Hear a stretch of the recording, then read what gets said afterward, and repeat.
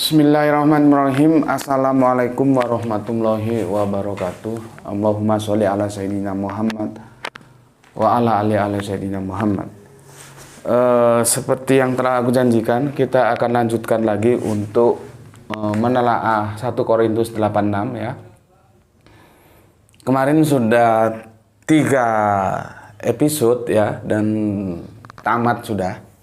Dimana dalam episode pertama kita membuktikan bahwa Paulus itu tidak sebagai sosok yang berpaham Tritunggal. Artinya dia tetap pada monotheistic Judaism, yaitu tauhid ya, dan dia menolak Tritunggal. Itu kesimpulan dari 3 episode yang lalu ya, setelah kita menelaah 1 Korintus 8:6. Bahkan kita bisa katakan bahwa 1 Korintus 8:6 ini adalah syahadat yang disuguhkan oleh Paulus. Oke, itu sudah selesai. Sekarang kita beranjak dengan judul yang baru, tetap dalam perspektif menelaah 1 Korintus 8:6 ya. Jadi kita sekarang masuk ke judul baru. Ini lah biar dulu, mungkin nanti dibutuhkan.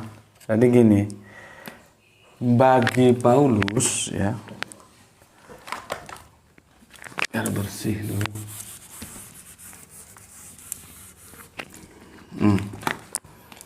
Bagi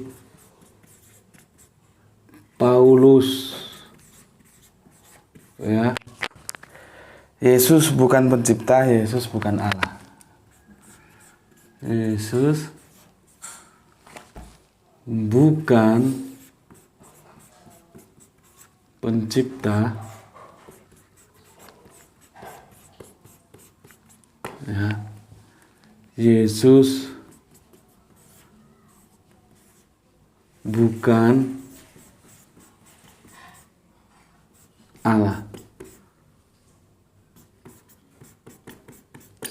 Habis ini. Ya, kita tetap menelaah 1 Korintus 8 ayat 6. Jadi tajuk kajian kita, bagi Paulus, Yesus itu bukan pencipta, Yesus itu bukan Allah gitu. Oke, aku kasih sebuah introduction dulu ya. Kita akan masuk ke dalam hal-hal yang teknis ya. Meskipun aku tahu, kalau aku lihat ya, apabila kajiannya itu sudah masuk ke hal-hal yang teknis, itu para viewer sepertinya gimana ya, tidak begitu tertarik ya. Memang ini masuk ke dalam inti akademik ya, apabila kita kajian-kajian kitab suci itu ya, menelaah masuk ke dalam teks-teksnya. Ya memang ini sebuah education ya, bagaimanapun itu tetap kita lalui. Walaupun viewernya tidak begitu menyukai, tetap aja kita suguhkan. Artinya kita mengedukasi justru bagaimana viewer itu biar terbiasa dalam kerangka-kerangka akademik. Meskipun secara mainstream viewer itu biasanya suka dengan hal-hal yang bombastis gitu ya.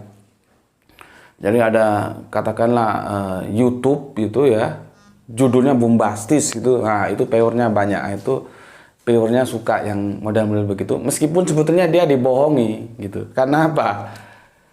Judul yang bombastis itu tidak jarang dalamnya pepesan kosong. Secara akademik itu ndak begitu bermutu gitu. Cuman ya viewernya suka begitu ya, ya dijualin konten seperti itu gitu. Tapi aku ndak bisa suruh begitu, ndak. Aku justru memberikan education bagaimana supaya viewer itu terbiasa dalam kerangka berpikir akademik gitu. Makanya judul-judulku biasa-biasa saja gitu.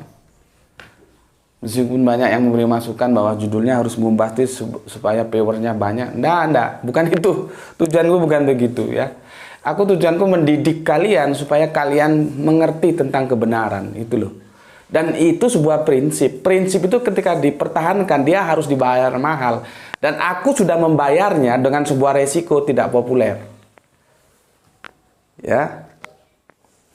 Jadi bisa kita lihat, kalau aku ngunggah yang ini nanti ini akademik banget ini, karena kita akan masuk ke original text.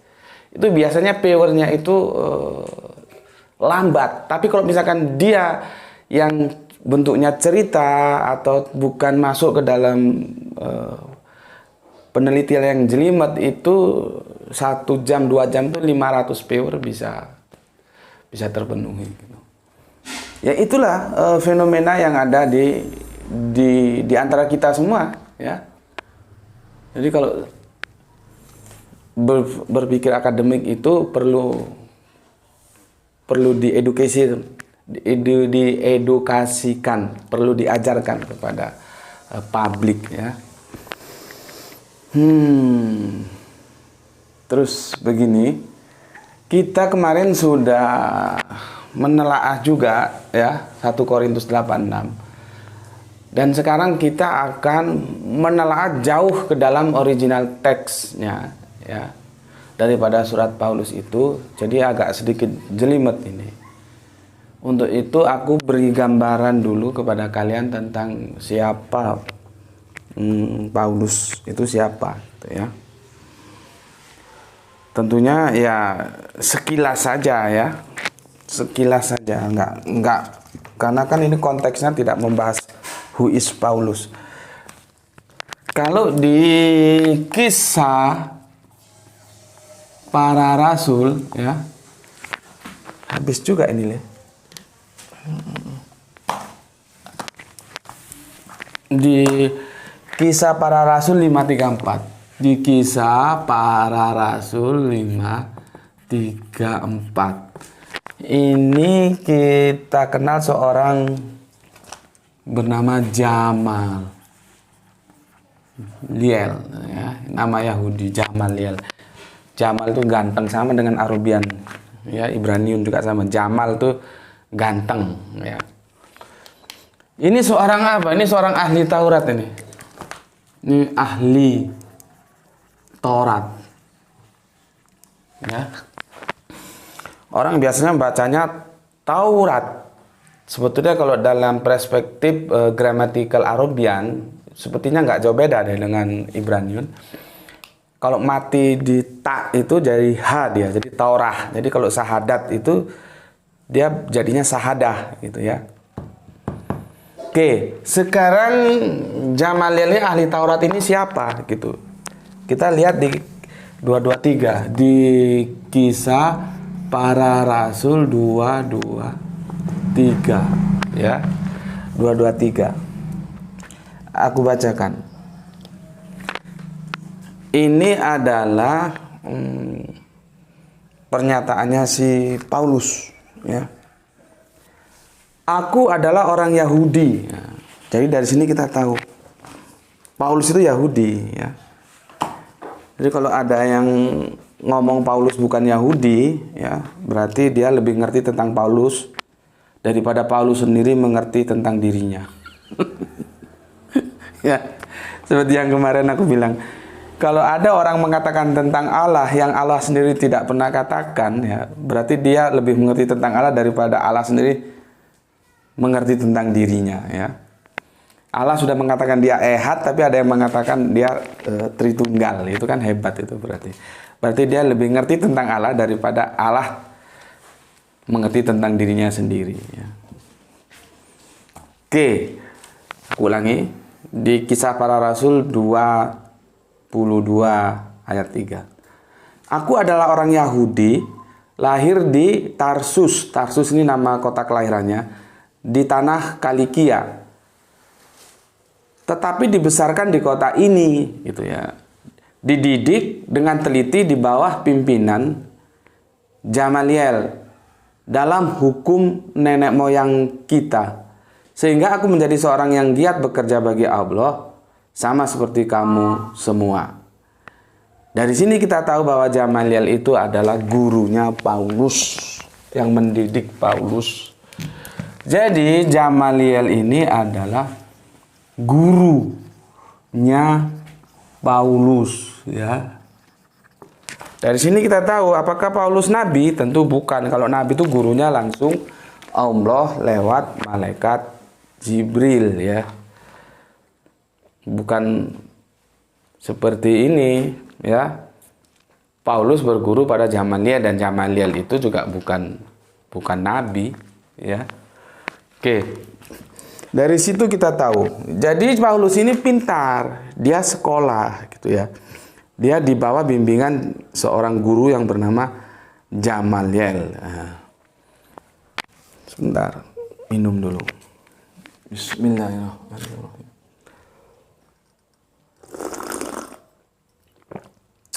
Kopi hitam. Oke, sekarang kita buka ya, ini supaya kalian paham dulu sebelum aku masuk ke teksnya ini. 2 Petrus, jadi ini suratnya Pak Petrus ya. 3:15 sampai 16 ya. Pak Petrus ini bisa dibilang sebetulnya ini big boss ini ya. Jadi di antara 12 murid itu komandannya itu Pak Petrus ini gitu ya. Justru kalau Paulus itu sebetulnya tidak masuk dalam hitungan yang 12 murid itu. Tetapi bagaimana nanti kita lihat ya, perjanjian baru itu justru dipenuhi oleh surat-surat Paulus ya. Petrus hanya beberapa aja. Jadi dari sini kita tahu bahwa otoritas Paulus dalam kekristenan itu memang benar-benar mengakar sampai mengalahkan Petrus. Oke, apa kata Petrus tentang Paulus? Anggaplah kesabaran Tuhan kita sebagai kesempatan bagimu untuk beroleh selamat, seperti juga Paulus, saudara kita yang kekasih, telah menulis kepadamu menurut hikmah yang dikaruniakan kepadanya. Oke, itu di surat yang ke-15. Intinya di surat ke-16. Hal itu dibuatnya dalam semua suratnya.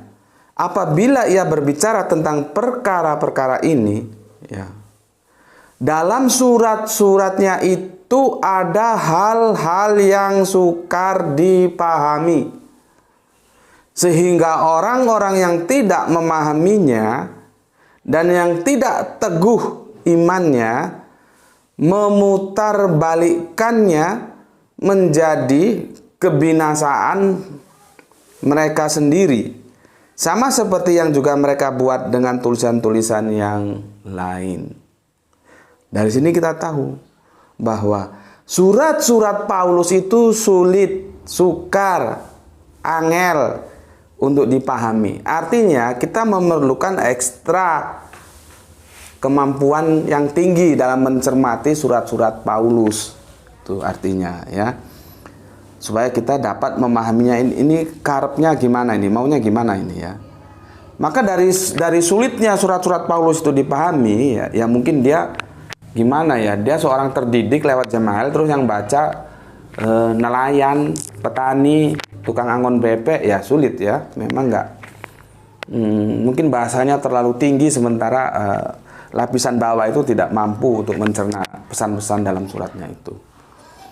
Oke, dari sulitnya dipahami itu ya, di sini disampaikan bahwa orang-orang yang tidak memahaminya dan yang tidak teguh imannya memutarbalikkannya. Jadi memutarbalikkan dari apa sesungguhnya yang dimaksud, apa sesungguhnya yang dimau Paulus, itu diputarbalikkan ya. Sehingga itu menjadi kebinasaan bagi mereka sendiri gitu. Sama seperti juga mereka dengan tulisan-tulisan yang lain yang sulit-sulit itu gitu. Jadi di sini Petrus sudah memberikan gambaran kita untuk hati-hati dalam mencermati surat-surat Paulus. Oke, itu introduksinya. Sekarang aku mau mulai masuk ke original teksnya ya.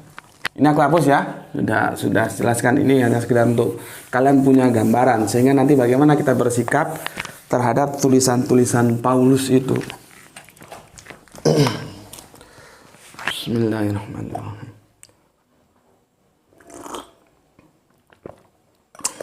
Sekarang ngopi segini 1 hari. kadang-kadang lebih. Harus dikurangi, jaga kesehatan katanya teman-teman. Oke, sekarang kita akan mencermati diksi di. Mencermati diksi atau kata di, ya, di dalam bahasa Gerik, ya. Ada yang bilang Grek, ada yang bilang Gerik, ya. Karena dari apa yang aku cari informasi, memang tulisan surat-surat Paulus itu disuguhkan dalam bahasa Yunani, ya, bahasa Gerik atau Gerika. Ya, terserahlah mau pakai yang mana, ya. Aku carikan dulu di mana di sini pernyataan itu ada supaya kalian benar-benar memahami, ya.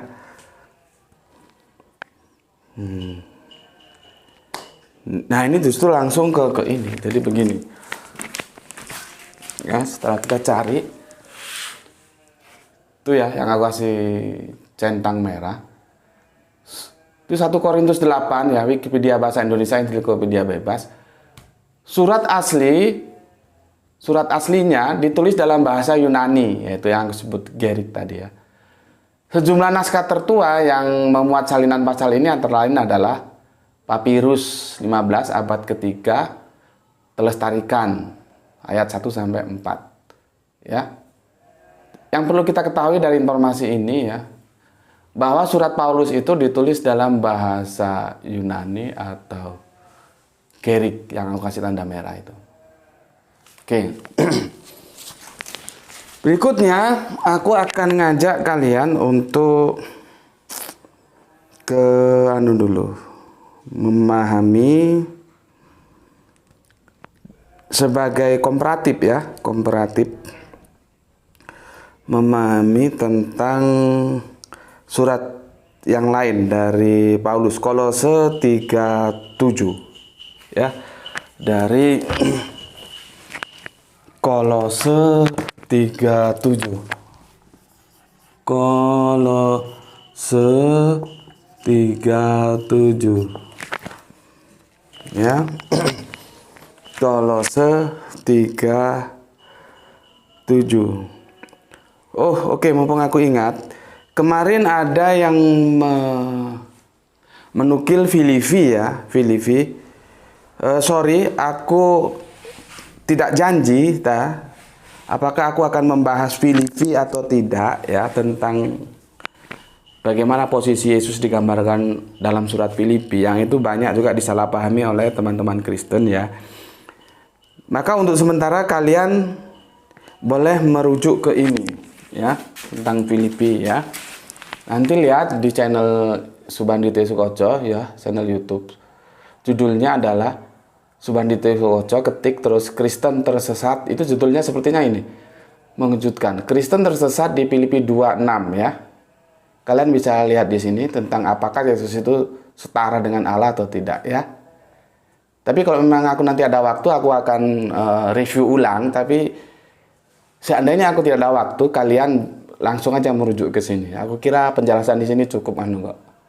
Cukup jelas lah, ya. Oke.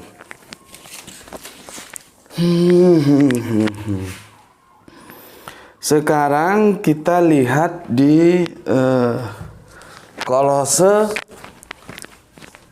3:7, ya. Kolose 3:7. Kolose 3:7, ya, ini Filipi. Kolose 3:7. Ini aku pakai ini karena ini yang mainstream dipakai oleh teman-teman kekristenan, ya. Ini Kolose, ya, 3:7. Ini Kolose 3 ayat ke-7.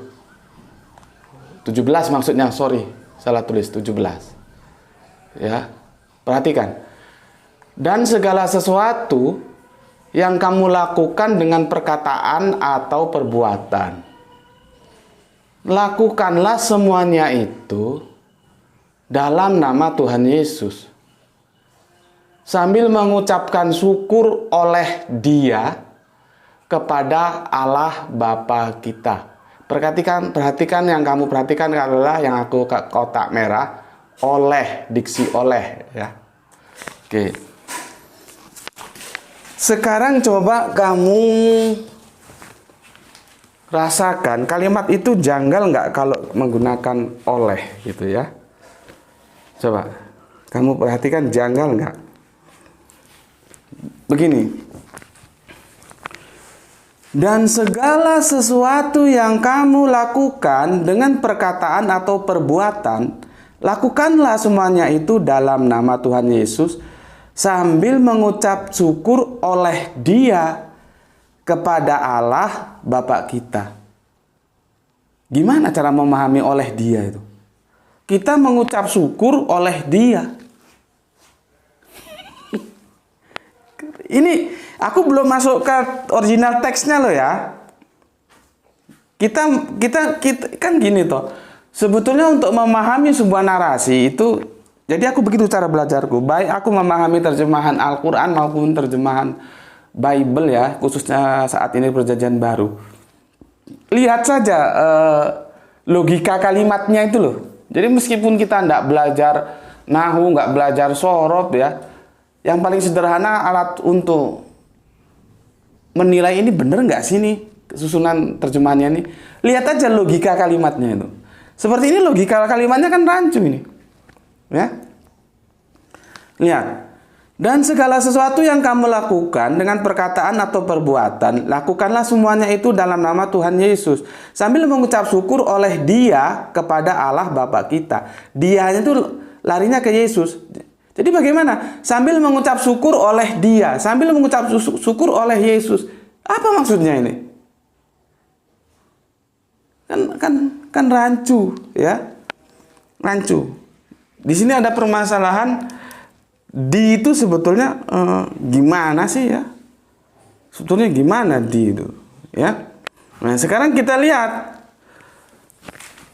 Kita masuk ke original teksnya, ya. Original teksnya, semoga aku bisa menjelaskan kepada kalian ya. Aduh, sebentar.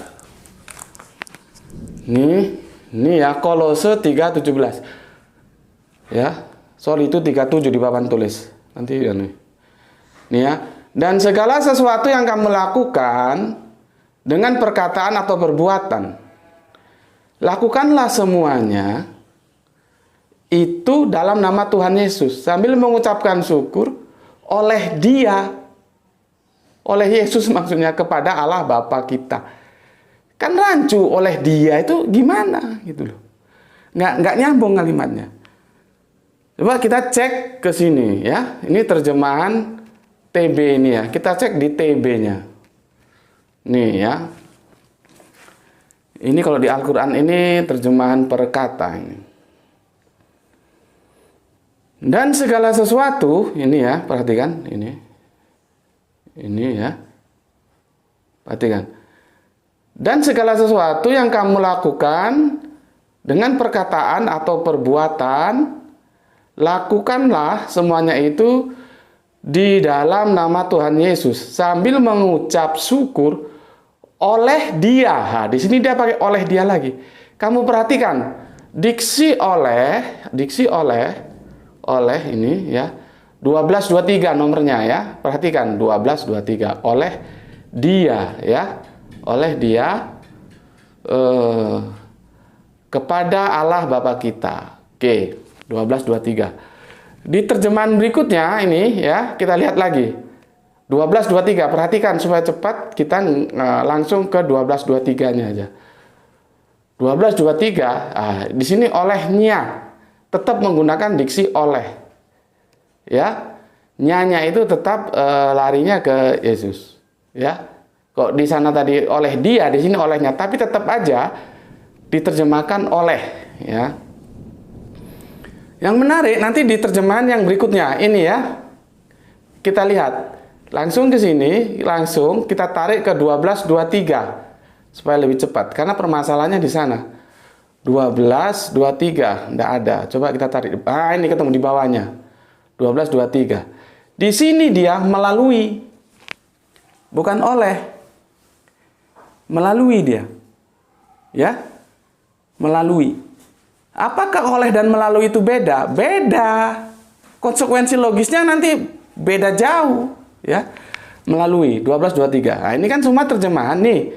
Sekarang kita lari ke Grek ya, ke Gerikanya, Greknya. Langsung aja kita runut 1223. Di berasal dari kata di, auto ya. Jadi yang diterjemahkan dalam bahasa Indonesia, yang diterjemahkan menjadi oleh dan melalui, itu berasal dari kata Gerika, yaitu di. Ini ya 1223 kan. 1223 di dia. Ini juga tadi berarti ini gini maksudku supaya kamu jelas. Ini diterjemahkan dari kata di 1223. Ya. Terus berikutnya ini mana tadi ya? Ini 1223. Ini diterjemahkan dari di juga, oleh juga ya, oleh. Tapi di sini ya, kita lihat di bawahnya berikutnya 1223. Ini harus jelimet memang. Sebentar, 1223. Ini diterjemahkan melalui. Ya, 1223. Kita cari gerikanya 1223, ketemu di. Ya, di. Perhatikan. Karena ini nanti akan menjadi modal untuk memahami ini. Jadi, ini 17 ini ya. 17 ya. Jadi diksi di ini ya, aku langsung tarik gini aja. Ini dalam edisi bahasa Indonesia itu menjadi dua terjemahan, yang satu melalui, yang satunya oleh. Nih. Ya. Yang satunya diterjemahkan melalui, yang satunya oleh. Sekarang mana yang benar? Ini yang perlu kita lihat. Melalui atau oleh. Itu ya. Gampang saja, kita kembalikan ke rangkaian kalimatnya aja. Ya. Nanti yang janggal yang mana gitu kan nampak. Ini kalau diterjemahkan berdasarkan kitab yang aku tadi ini ya. Kalau di sini kitab-kitab terjemahan LAI ya, begini dia. Kolose 3:17 ya. Dan segala sesuatu yang kamu lakukan dengan perkataan atau perbuatan, lakukanlah. Semuanya itu dalam nama Tuhan Yesus sambil mengucap syukur ya, oleh Dia kepada Allah Bapa kita. Oleh Dia gitu. Mengucap syukur oleh Dia. Gimana caranya itu? Ya. Nah, coba kalau kita ambil yang terjemahan yang kedua ini. Lebih pas mana nanti ya? Mana lebih nyambung gitu. Kalau ini kan kalau oleh Dia jelas putus, dia nggak nyambung. Ya. Oke. Begini. Dan segala sesuatu yang kamu lakukan dengan perkataan atau perbuatan, lakukanlah. Semuanya itu dalam nama Tuhan Yesus sambil mengucap syukur melalui Dia, melalui Yesus kepada Allah Bapa kita. Tuh. Mantap nggak terjemahan ini? Jadi kalau pakai melalui, dia nyambung, nggak putus itu rangkaian kalimatnya. Melalui Dia, artinya apa? Kekristenan itu disuruh berdoa kepada Allah melalui Yesus Kristus. Jadi bedanya apa di sini? Beda jauh, bos. Beda jauh. Ya. Kalau di sini, kalau oleh ya. Mana tadi spidol hitam? Oh ini. Aku kasih ini ya. Kalau oleh dia aktif. Ya. Yesusnya aktif. Kalau melalui pasif, beda. Ya. Jadi orang Kristen itu berdasarkan ajakan Paulus dalam suratnya berdoa, tetap doanya itu kepada Allah ini, bukan kepada yang lain, ya. Melalui Yesus. Bukan oleh Yesus. Nah, oleh Yesus ya apa? Apa Yesus suruh mendoakan? Jadi melalui Yesus. Jadi Yesus di sini pasif. Dia tidak dalam otoritas mengabulkan atau menolak doa, tidak. Dia hanya melalui alat. Kalau pakai oleh, dia menjadi aktif, gitu loh. Ini loh contohnya, terjemahan-terjemahan itu kadang-kadang menjebak kita, apalagi kalau si penerjemah itu sudah nakal. Nah ini maunya si penerjemah kan, bahwa Yesus itu akan dibikin setara dengan Allah. Maka diterjemahkanlah kata di dalam Gerika original teksnya menjadi oleh. Kalau oleh memang Yesus menjadi aktif. Tapi kan tidak oleh, melalui yang betul, bukan oleh. Kalau melalui pasif, melalui ini ya, ini juga dalam perspektif keislaman juga ada. Begini, ada satu buah kelompok, dia tidak mau disebut Toriko, tapi kalau menurutku sih ya tidak jauh beda seperti Toriko ya. Jadi kalau mereka berdoa itu mereka bersolawat dulu kepada Kanjeng Nabi Muhammad ya, baru berdoa kepada Allah. Jadi apa? Posisi Kanjeng Nabi Muhammad itu sebagai wasilah gitu loh, kalau perspektif Islamnya. Tapi Kanjeng Nabi Muhammad itu tidak aktif, dia pasif. Karena otoritas doa itu tetap di Allah, cuman melalui Kanjeng Nabi Muhammad. Jadi kalau dalam melalui ini, kalau dalam perspektif Islam itu wasilah gitu loh. Wasilah. Ya mungkin teman-teman Kristen mungkin alergi terhadap istilah Islam ya, sekedar tahu aja, nggak masalah ya. Wasilah, dia disebut wasilah ya, wasilah. Atau kalau nggak mau pakai istilah Islam, pakai istilah biasa, perantara itulah. Jadi hanya perantara. Di sini posisinya sebagai perantara, melalui dia, bukan oleh. Kalau oleh dia aktif. Tapi karena dia melalui, dia menjadi pasif. Dia hanya wasilah, hanya perantara. Dari mana kita tahu? Dari terjemahan di ini yang perlu diluruskan. Yang sama LAI diterjemahkan menjadi oleh. Padahal seharusnya diterjemahkan melalui. Oke, sekarang kita sudah tahu di sini ya. Nah, aku ada berbagi dulu sama kalian ya. Aku baca sebuah buku ya, buku. Ini bukunya ya orang pinter lah ya, orang doktor kok dia. Nih, ini biografinya nih. Bentar ya, supaya kamu tahu. Ini ya, ini biografinya. Aduh, kurang jelas. Nggak jelas. Gimana tuh? Ini terus dekat gini, gini, kurang jelas ya. Coba sebentar lagi ya, gini, gini, ini ya, ini coba ini. Beliaunya itu melakukan riset mendalam selama beberapa tahun atas figur Yesus sejarah di beberapa perguruan tinggi ternama di Belanda sebelum dia menulis disertasi dan meraih gelar doktor pada tahun 2005. Disertasinya ini sudah diterbitkan dengan judul The Trial of Jesus in John Dominic ya, bla bla bla bla, itu sulit bahasa Inggris, nggak ngerti aku ya. Selain mendalami kajian Yesus, dia juga memperluas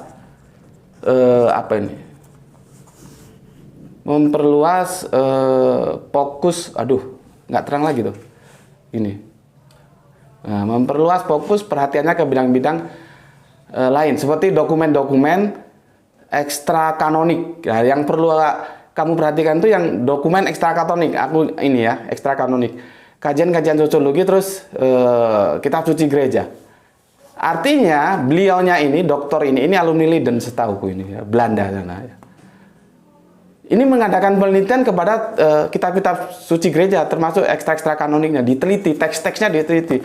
Jadi apa yang dia tulis di sini ini bisa kita terima sebagai sebuah hasil akademik, bukan hanya sekedar cerita ya, bukan hanya yang berbicara tanpa mengetahui duduk permasalahannya. Aku mau katakan ini loh. Ternyata aku kaget. Ternyata dia juga tidak mengikuti LAI terjemahannya, ya. Ini ya, 1 Korintus 8, 5, 6. Ya. Itu diberikan di sini gini bagi dia. Sebab sungguh pun ada yang disebut Allah-Allah baik di surga maupun di bumi. Dan memang benar ada banyak Allah dan banyak Tuhan. Namun bagi kita hanya ada satu Allah saja, yaitu Sang Bapa, dan yang daripadanya berasal segala sesuatu, ya. Dan yang untuk Dia kita hidup, dan satu Tuhan saja. Jadi Allahnya satu, Tuhannya satu. Siapa Allahnya? Bapa. Siapa Tuhannya? Yesus. Kan jelas di sini. Ya. Nah, ini yang perlu aku perhatikan, perlu aku jelaskan ke kalian, yaitu Yesus Kristus yang lihat itu melaluinya. Karena kalau di teks LAI dia olehnya. Tapi terjemahan beliau ini tidak mau, dia pakai melaluinya. Segala sesuatu telah dijadikan dan yang olehnya kita hidup. Tuh, jadi melaluinya. Ini nanti kita cek. Melaluinya ini berasal dari kata apa? Melaluinya. Yang oleh LAI diterjemahkan menjadi olehnya. Ya. Ini ya, kredibel ya. Bukunya aku nggak ganti, tetap dalam buku ini ya. Tadi biografinya aku sebutkan. Kasusnya hampir sama dia di Kolose 3:17. Hampir sama. Bahkan bisa dibilang sangat sama sekali. Ya. Oke, aku minum dulu. Ya begini kalau kita melakukan kritik teks itu jelimet. Bismillahirrahmanirrahim.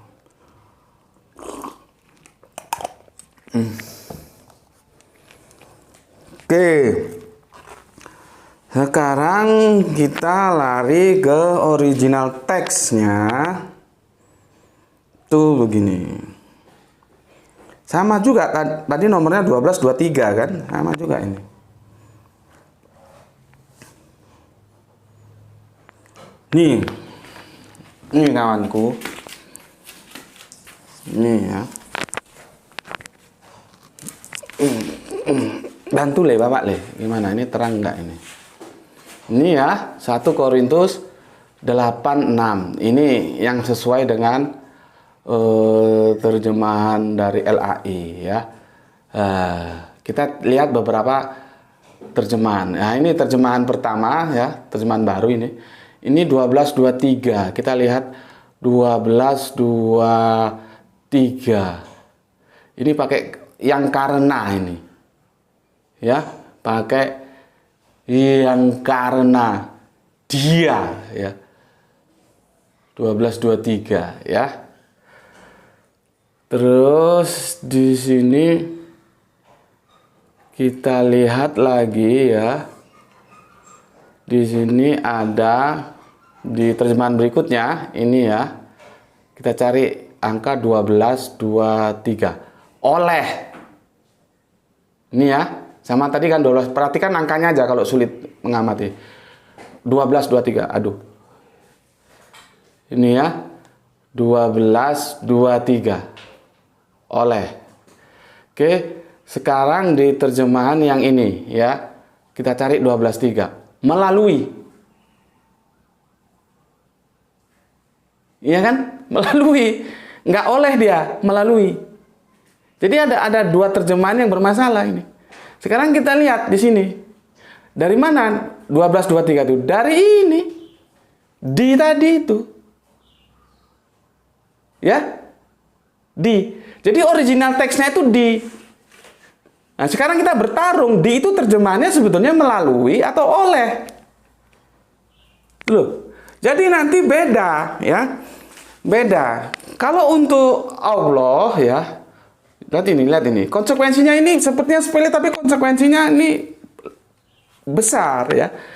Yehov ini Allah, ya. Ini gerikannya, ya. Ini originalnya, ya. Cuman aku cari yang dalam edisi tulisan huruf-huruf Yunaninya belum ketemu aku. Nanti kalau ketemu tak bagikan lah, ya. Atau kalian bisa cari sendiri. Ini ya, ini Yeop, ini Allah ini ya. Ini Allah yang disebut di sini ini gini loh. Sebentar. Namun bagi kita hanya ada satu Allah saja, 2, 3, 16 ini ya. Kita lihat di sini. 2, 3, 16. Nah ini. Jadi kalau sulit nomornya aja. Kadang-kadang kita kan salah lihat, jadi salah ucap ya. Nomornya aja, 2, 3, 16 ini, Yeop. 2, 3, 16, Yeop, apa sih yang dimaksud 2, 3, 16 itu tarik. Ke sini menjadi apa dia? 2, 3, 16. Nah ini, Allah ini ya. 2, 3, 16. Clear di sini? Kalau sudah clear di situ, aku lihat ke sini. Nah, dia pakai X auto panta. Karena apa? Karena subjeknya Yeop, Allah. Ya. Jadi teliti juga si Paulus ini nulis. Dia nggak mau pakai yang lain. Dia pakai X auto panta. Ya. Sekarang kalau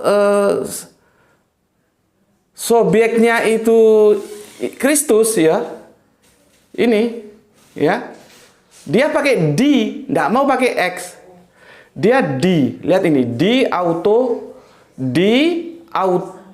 auta panta. Kenapa D? Karena dia Kristus ini subjeknya, sementara kalau subjeknya Allah, Yeop ini ya, dia pakai X, jadi ada beda. Yang satu kalau Allah X auto panta, kalau Yesus dia pakai di auto panta. Nah ini mesti sepele. Ini tapi beda makna. Itu loh. Ini yang nggak diperhatikan oleh LAI. Ya.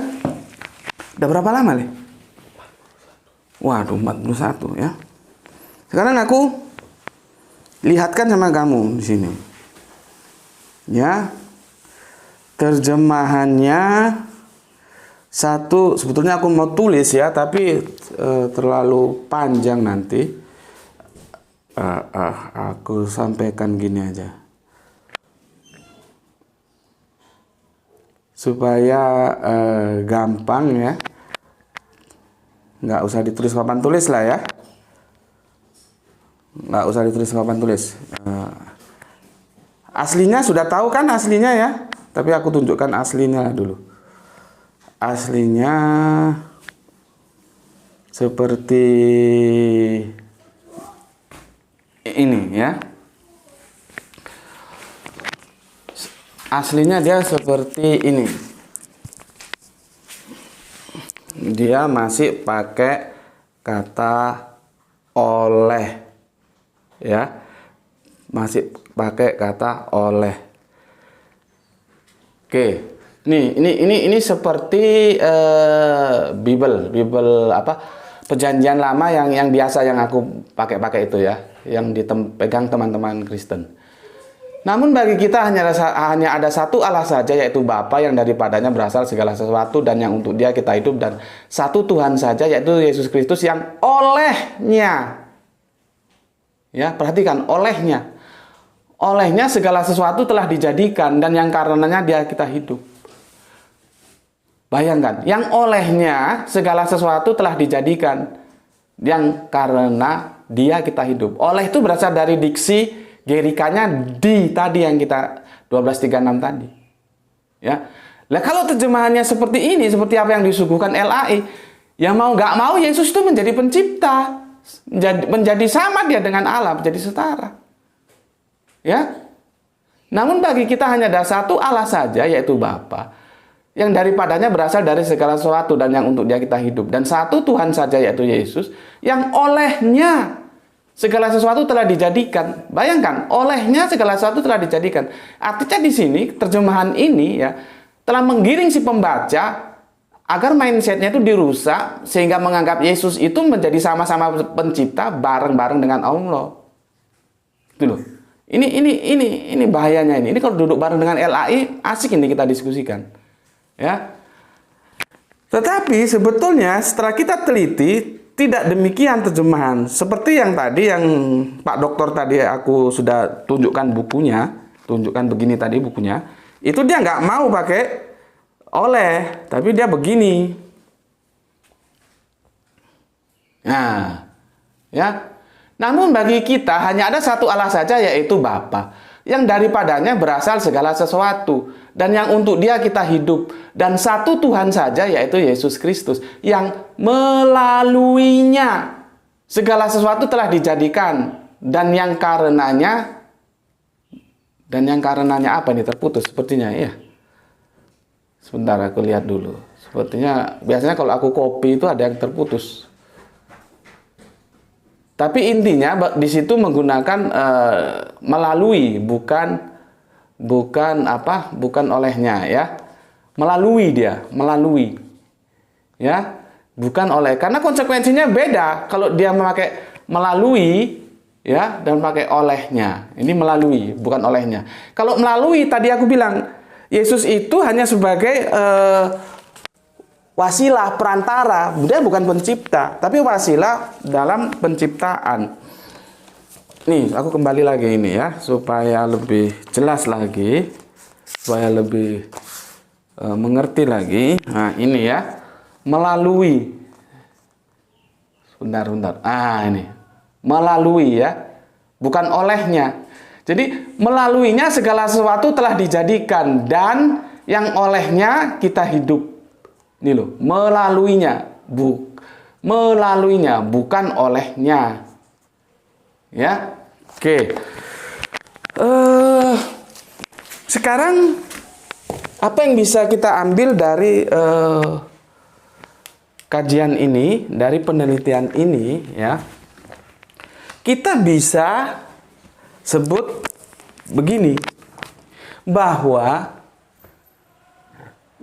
Paulus itu dia Yahudi loh ya. Monoteistik Judaism itu bagi orang-orang Yahudi sesuatu yang tidak bisa digugat. Untuk hal-hal yang lain mungkin saja bisa untuk digugat, tapi kalau sudah berbicara Sema o Israelu Yahweh Elohena Yahweh Ehad ya, yang itu menggambarkan monoteistik Judaism, yang itu disampaikan oleh Kanjeng Nabi Musa, disampaikan oleh Kanjeng Nabi Musa, berikutnya Kanjeng Nabi Isa ya, dan Kanjeng Nabi Muhammad juga dalam surat Al-Ikhlas begitu. Itu sesuatu yang tidak bisa ditawar. Dan Paulus tidak ingin mencidrai monoteistik Judaism itu. Tidak mau. Ya. Paulus tidak berkeinginan, dan dia memang bisa kita katakan dia tetap menjaga kesakralan monoteistik Judaism. Makanya seperti pesan Yesus ya, bahwa keselamatan datang dari bangsa Yahudi itu ya seharusnya direnungkan oleh teman-teman Kristen. Bahwa Yahudi itu nggak ada ceritanya Tritunggal, itu nggak ada. Jadi kalau teman-teman Kristen ngomong yang disembah orang Islam itu tidak sama yang disembah dengan orang Kristen, ya jelas tidak sama. Begitu juga yang disembah orang Kristen itu tidak sama yang disembah dengan orang Yahudi. Orang Yahudi itu jelas monoteistik, Islam juga monoteistik, bukan Tritunggal, gitu loh. Ini supaya clear, supaya kalian tuh tahu petanya, gitu loh. Jadi kalau ngomong tuh mendasar, bukan hanya sekedar ngomong yang nanti, karena kalau omong itu tidak pakai ilmu, akhirnya ya cuman sekedar mengolok aja ya tidak bermutu kan, gitu. Tuh, yang pertama aku sampaikan bahwa seperti tadi aku ulangi lagi, Paulus tidak ingin mencederai kesakralan tauhid atau yang disebut dengan monoteistik Judaism, dan dia mengaku bahwa dia Yahudi. Itu ya. Oke, itu yang pertama. Berikutnya yang kedua, Paulus itu tidak pernah menganggap Yesus itu sebagai Allah. Jadi Yesus bukan Allah. Ya, karena teksnya sudah jelas, satu Allah dan satu Tuhan. Ini kalau aku gambarkan kan domainnya sudah, porsinya sudah sendiri-sendiri ini. Ini sendiri-sendiri ini, ya. Ini 100% Allah ini. Allah itu ya 100% Allah. Yesus ini 100% manusia. Ya. Domainnya sendiri-sendiri ini. Ini 100%. Aduh, kok habis, Le? Coba ambilkan yang baru, Le. Banyak kok yang baru dikirim oleh Om tadi. Yang hitam ya. Habis. Coba Bapak lihat dulu. 100%. Oh, udah ini dulu. Ini 100% manusia nih Yesus ini. Karena couplingnya sudah dikapling sama Paulus. Satu itu, aduh, masa aku harus menjelaskan 100%? 100% itu ya 100/100 itu ya satu gitu loh. Masa matematika seperti ini nggak ngerti ya. Paulus ini sudah mengikat 100% Allah, satu. Gini loh, Rek. Ini loh, Rek. Aduh. Ini 100% ini. Ini piro ini. Kilo. Masa sulit matematika seperti itu, anak kelas SD aja ngerti. SD kelas 6 ngerti. Ya. Ini apa? 100%. Jadi, satu Allah itu 100% Allah dia. Yesus juga satu Tuhan, ini manusia, itu 100% manusia, 100% Tuhan. Bukan 100% manusia, 100% Allah. Itu kan dogmanya si Apolliniaris yang kalian telan mentah-mentah. Paulus tidak. Couplingnya jelas. Satu Allah, satu Tuhan. Nah, ini sengaja aku bikin Tuhan karena aku sudah bolak-balik menjelaskan Tuhan dan Tuhan itu ya. Jadi kalau pakai bahasa aslinya, satu Theos, satu Kyrios. Ya. Couplingnya beda-beda. Dan ini tidak saling menyerap. Tidak saling menyerap. Allah ini ya tetap Allah, tidak diserap menjadi manusia Tuhan. Tuhan ini juga tetap manusia, tidak diserap menjadi Allah. Tidak ada saling menyerap. Ya bagaimana mungkin Allah mau menjadi manusia menjadi Allah? Walaupun kamu pakai logika, manusia memang tidak mungkin jadi Allah, Pak. Tapi Allah mungkin jadi manusia. Iya, masalahnya Allahnya mau nggak jadi manusia? Kan begitu. Ya, Paulus jelaskan tidak mau, sudah dikapling. Satu Allah, satu Tuhan.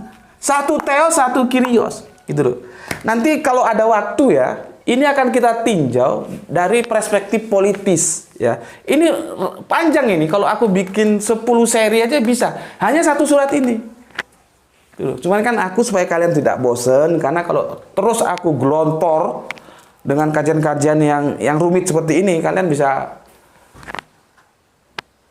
hengkang nanti. Apa perang? Kalau kita perang mundur ke belakang itu apa namanya? Hengkang ya.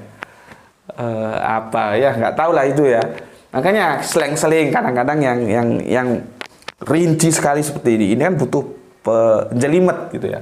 Butuh pengamatan yang tinggi ya. Oke, sudah aku katakan ya. Jadi bagi Paulus, Yesus bukan Allah. Yesus kalau kita masuk ke original teksnya, bagi Paulus Yesus bukan Theos. Jadi bagi Paulus Yesus siapa? Kyrios. Tuhan. Kalau di itu nih Bible bahasa Arab yang kemarin. Kalau Bible bahasa Arab ini Sayyidina. Nah, kamu tanya sama orang Arab sana, Sayyidina itu bisa bikin nyamuk nggak? Bikin nyamuk, nggak usah bikin alam semesta, bikin nyamuk aja. Bisa nggak Sayyidina itu? Orang yang dipanggil Sayyidina. Ya, sebentar. Ini aku ada Bible edisi bahasa Arab. Ini leh. Ya. Tapi agak lama mungkin nyarinya ini ya, nggak aku persiapkan tadi.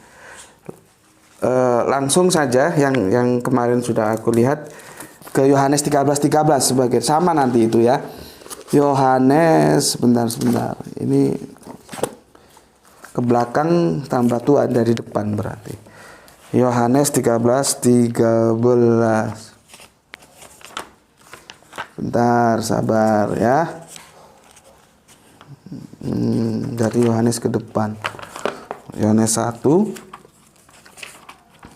Yohanes 13 21, Yohanes 22, Injil Yohanes. Oh, dia larinya ke sana, bukan ke sini. Jadi, bentar, sorry. Ini ya. Ini Yohanes 13 ini, kamu menyebut aku guru dan Tuhan, dan katamu itu tepat, sebab memang akulah guru dan Tuhan. Makanya aku jarang mengatakan kepada teman-teman Kristenku, coba cari satu surat aja yang mengatakan Yesus itu Tuhan. Dia akan lari ke sini. Memang ada secara teks, cuma kan teks itu perlu diduduk permasalahkan dulu. Tapi kalau di mana Yesus mengaku atau diakui sebagai Allah, sampai nanti matahari terbit dari barat nggak akan pernah. Ya, jadi supaya tidak terlalu jelimet, karena kalau kita mengatakan sebut di mana Yesus mengaku atau diakui sebagai Tuhan, ada teksnya Yohanes 13. Nah, kita perlu menjelaskan rame lagi menjelaskan bahwa Tuhan itu sebetulnya adalah berasal dari kata Tuhan. Maka supaya dipotong kompas, sebut aja, ada nggak Yesus mengakui dan diakui sebagai Allah? Maka tidak ada. Ya, nah sekarang kita lihat nih. Ini ya. Ini Yohanes 13 ya. Ini Yohanes ya. Yohanes 13 ya. Kita lihat ini Yohanes 13. Pasal 13 nih ya. Ini Tuhan. Sudah aku cek, ini Sayyidan ini. Sayyidina. Nah, aku bilang Sayyidina Ali, tuanku Ali. Nih, ya. Nah, sekarang tanya sama orang Arab. Sayyidina itu bisa buat nyamuk, jangan buat galaksi yang miliaran itu, jangan buat nyamuk saja, bisa nggak? Sayyidina itu. Ini Le, masukkan deh. Bisa nggak? Ya. Jadi Sayyidina itu adalah gelar-gelar untuk manusia, bukan untuk Allah. Ya. Jadi nanti kalau kita cek di sini juga sama. Sayyidina itu kalau kita bilang tuan. Sayyidina Ali, Tuan Ali, Tuhan Ali, nggak masalah, karena Tuan itu asalnya bergeser menjadi Tuhan tadi itu. Ya. Oke. Jadi sudah jelas bahwa bagi Paulus Yesus bukan Allah, ya. Nah, sekarang bagi Paulus Yesus bukan pencipta, karena sudah jelas tadi menggunakan kata melaluinya, melalui yang sudah kita bahas tadi ya, melalui bukan oleh, melalui.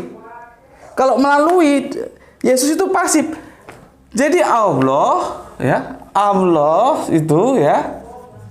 Itu menciptakan segala sesuatu melalui Yesus.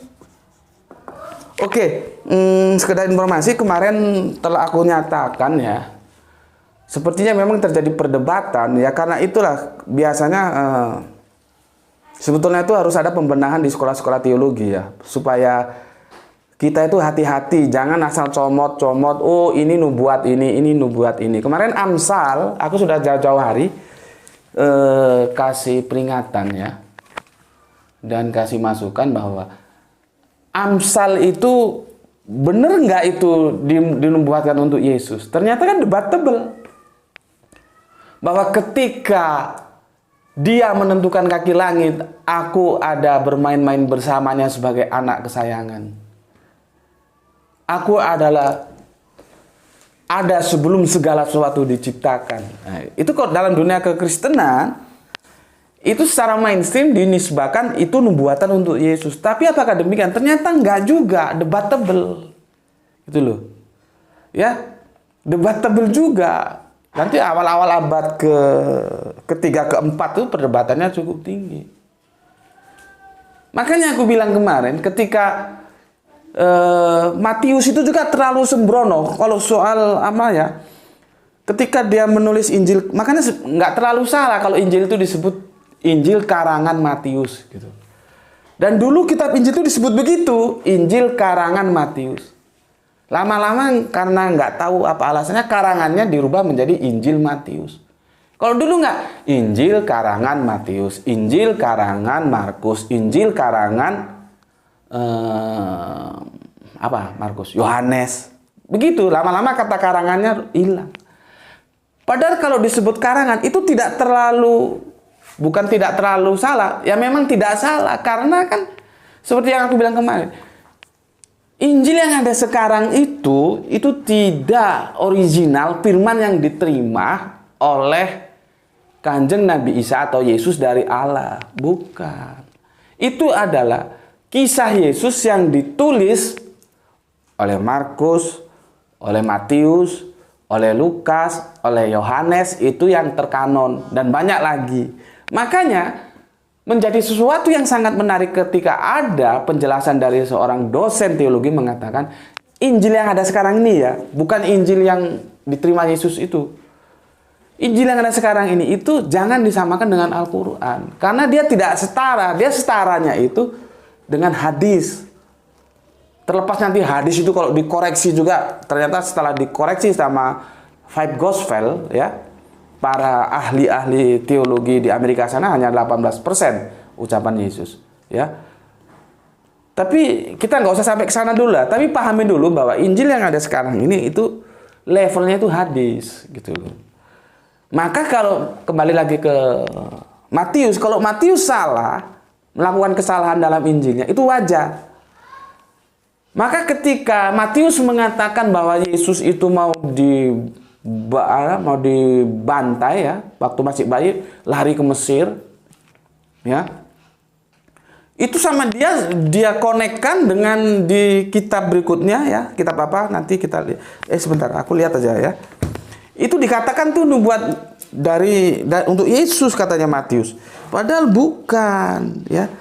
Yang dikatakan bahwa dari Mesir Israel kupanggil gitu loh, ya. Kan itu sudah jelas Israel itu komunitas, bukan personal. Sedangkan Yesus itu kan personal gitu loh. Sebentar, aku carikan dulu kalau ada di sini ya. Sabar dulu. Sabar ya. Dari Mesir, di Hosea 11 1. Coba buka anumu, buka Alkitabmu. Kamu buka Hosea 1 ya. Begini, ketika Israel masih muda, aku kasihi dia, dan dari Mesir kupanggil anakku itu. Nah ini sama Matius ditempelkan, dijadikan sebuah argumentasi. Ini nubuatan tertuju kepada Yesus. Dan teman-teman kekristenan mengamini saja tanpa melakukan kritik teks, seperti aku melakukan kritik teks terhadap diksi di ya pada original teksnya, yaitu di surat Korintus 8:6 ini. Dari kalimatnya sudah jelas kok. Hosea 11:1 mengatakan, ketika Israel masih muda, aku kasihi dia, dan dari Mesir kupanggil anakku itu. Ketika Israel itu komunitas. Jadi ini nubuatan kepada Kanjeng Nabi Musa yang membawa Israel keluar dari Mesir. Bukan untuk Yesus. Gimana Matius ini dulu ya. Oke, itu hanya sekilas saja supaya kalian paham bagaimana kita harus teliti terhadap teks-teks ini ya. Karena kalau kita melakukan sebuah perdebatan pada sebuah argumentasi yang salah, ya kesananya salah, nggak pernah ketemu. Kita biasanya terjemahan itu kita terima matang tanpa kita lakukan penelitian dulu, benar nggak terjemahannya. Nah kalau terjemahannya sudah nggak benar, bagaimana kita akan mencari kebenaran lewat terjemahan itu? Nggak bisa ketemu gitu. Oke, ya sudah jelas ya, 100% Allah, 100% manusia, 100% theos, 100% kyrios. Satu theos, satu kyrios, jelas. Tidak Allah itu diserap menjadi Tuhan, tidak Tuhan diserap menjadi Allah. Tidak ada di sini.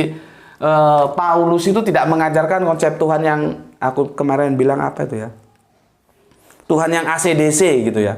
Jadi seperti las saklar, bukan mau bilang saklar jelas. Jadi tidak seperti saklar, kita mau arus AC kita bikin AC, kita mau arus DC kita bikin DC. Nggak begitu. Sekarang kan teman-teman Kristen kan begitu. Kalau dia mau Yesus manusia, oh itu lagi manusia, makanya dia ngantuk, makanya dia tidur, makanya dia lapar, itu manusianya gitu. Nanti dicari-cari ayat lain, nah ini Allah ini, kenapa mengampuni dosa dia? Makanya Yesus itu Allah dan manusia, padahal tidak tahu kenapa Yesus bisa mengampuni dosa. Dan itu sudah kita bahas ya. Tidak bisa masuk ke rasional kita yang waras kalau ada 100% Allah, 100% manusia. Itu kan dogmanya si Pauliniaris saja. Oke. Yesus bukan pencipta sekarang. Yesus bukan Allah, sudah. Yesus bukan pencipta. Sudah aku jelaskan tadi bahwa di ayat ini proses penciptaan itu tetap aja dilakukan oleh Theos ini. Penciptaannya ini tetap dilakukan Theos ini. Jadi yang aktif itu Theos. Ya. Allah itu yang aktif menciptakan. Nih. Tetapi penciptaan itu melalui Kyrios ini, Yesus ini, ya. Habis juga ini, Le. Oh, ini masih baru ya. Sebentar, ya. Oke lah, ini aja dulu. Ya, melalui Kyrios ini, melalui. Ini ya, melalui. Di itu melalui, bukan oleh. Karena kalau oleh dia menjadi aktif. Diciptakan oleh Yesus, diciptakan melalui Yesus, kan beda. Kalau diciptakan oleh Yesus, Yesus aktif ikut punya saham dalam penciptaan. Tapi kalau diciptakan melalui Yesus, Yesus itu pasif. Dalam penciptaan itu pasif. Dia aktifnya hanya sebagai wasilah itu aja. Tapi dia tidak tahu menahu tentang penciptaan. Nah, yang aktif menciptakan itu Allah. Nih. Ya. Jadi di sini sudah menjawab ya bagaimana. Berapa lama nih? Waduh, sudah 1 jam. Sebentar Mas. Haus. Bismillahirrahmanirrahim.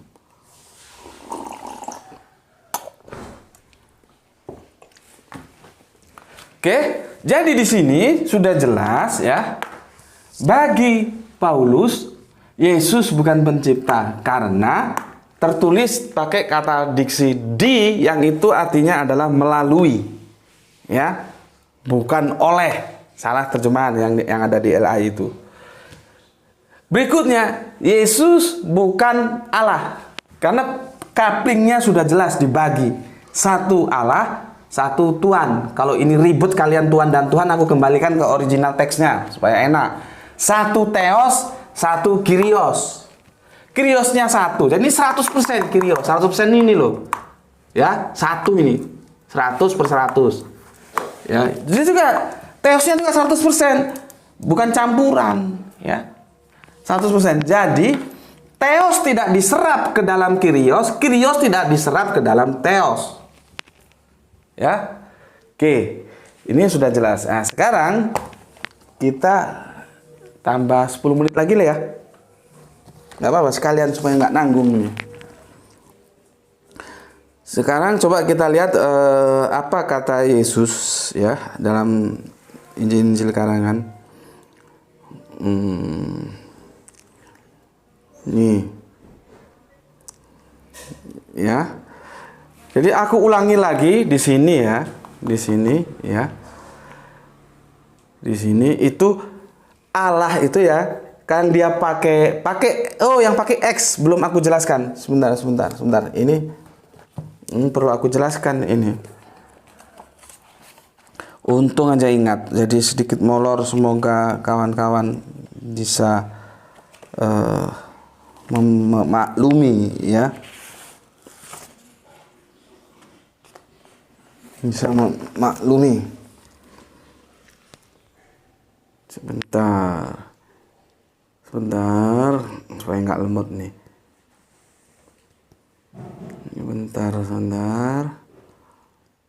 Ini bisa kita tambahkan tadi ini dalam penciptaan tadi ini ya.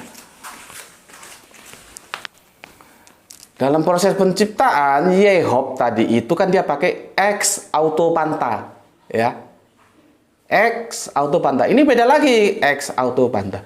Sedangkan bagi Yesus itu dia pakai di ya. Di auto panta. Ex auto panta, di auto panta ya. Sekarang kita lihat apa terjemahannya ex auto panta, di auto panta. Nih. Ini dia.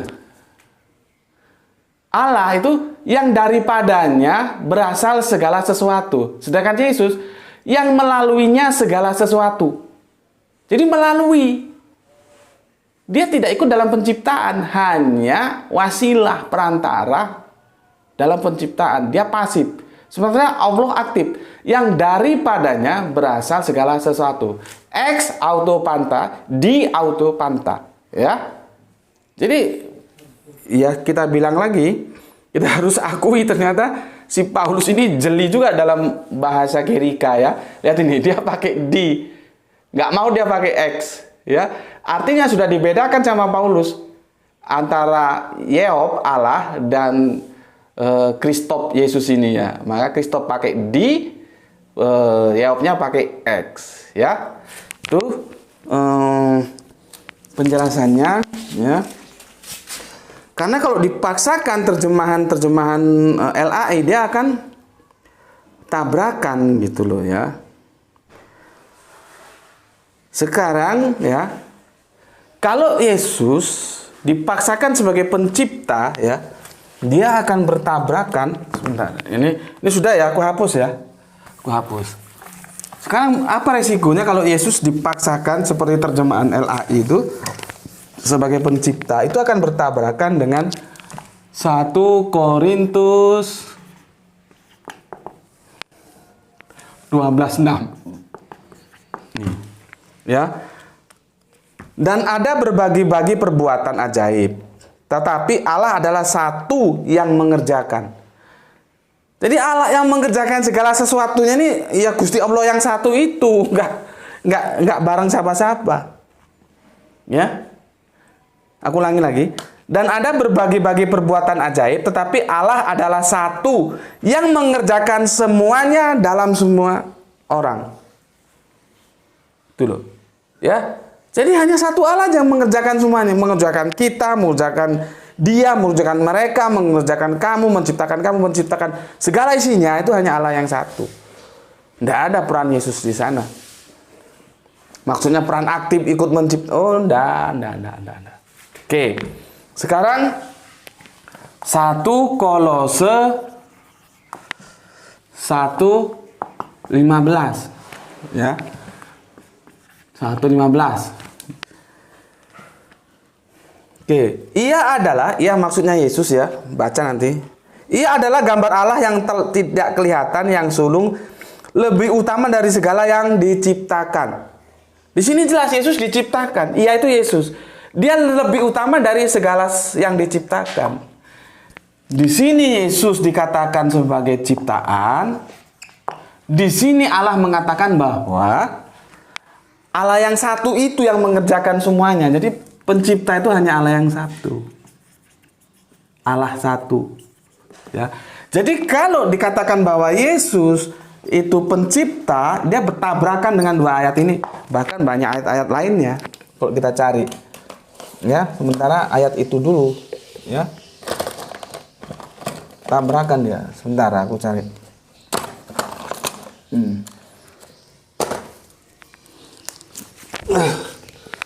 Ya, tabrakan dia. Kalau Yesus dikatakan pencipta.